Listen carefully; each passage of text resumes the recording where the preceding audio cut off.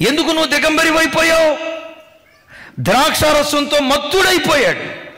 వాక్యం వింటున్న చెల్లెలారా, లోకం, నేత్రాశ, శరీరాశ, జీవపటము, వీటితో నీ అంతరంగం నిండుకొనుంటే శరీరాన్ని కప్పుకుందాం. నా శరీర సౌష్ఠం పరపురుషుడు చూడకూడదు, నేను దైవభక్తి కలిగిన స్త్రీగా కనపడాలి. ఆ ప్రత్యక్షత మరిచిపోయి మా చిన్నతనంలోనండే, మా చిన్నతనం ఏముంది, చాలామంది ఇక్కడ ఉన్నారు. మా చిన్నతనంలో ఒక సొక్కాయి కుట్టించారంటే 4 సంవత్సరాల దాకా అదే సొక్కాయి. ఎందుకో చెప్పమంటారా? ఆ సొక్కాయి గుట్టించేటప్పుడు ఇక్కడ దాకా గుట్టించేవాళ్ళు. ఎత్తు పెరిగినా ఇబ్బంది లేదు. ఈ కాల పిల్లలు ఉన్నారు చూసారా, కొంతమంది మగ పిల్లల సొక్కాయి జాకెట్ ముక్క. అటు డ్రెస్ ఎట్లా ఉంటుందో చెప్పమంటారా? ఎప్పుడైనా పొరపాటున చెయ్యట్టా అన్నాడా, వాడి ఎక్స్పోజింగ్ చూడలేక మనం చచ్చిపోవాల్సి వస్తుంది. ఎప్పుడైనా పని చేయటానికి వంగుతాడా? వాడి వెనక ఘోరం నేరం.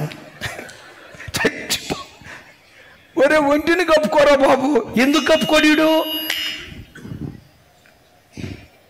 ఎందుకు కప్పుకోడు? చెప్పండి. కొంతమంది స్త్రీలు ఎంత వాక్యం విన్నా నేను ఇలాగే బ్రతుకు. దీని అర్థం ఏంటో తెలుసా?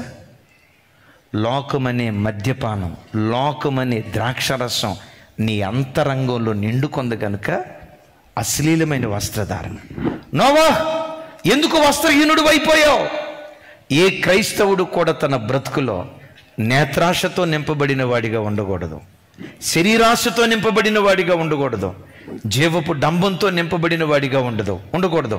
లోకము దాని ఆశలు గతించిపోతాయి. దేవుని చిత్తాన్ని జరిగించేవాడు నిరంతరము నిలుస్తాడు. బిడ్డ, ఈ లోకంలో నువ్వు నిలవాలి, పరలోకంలో కూడా నువ్వు నిలవాలి.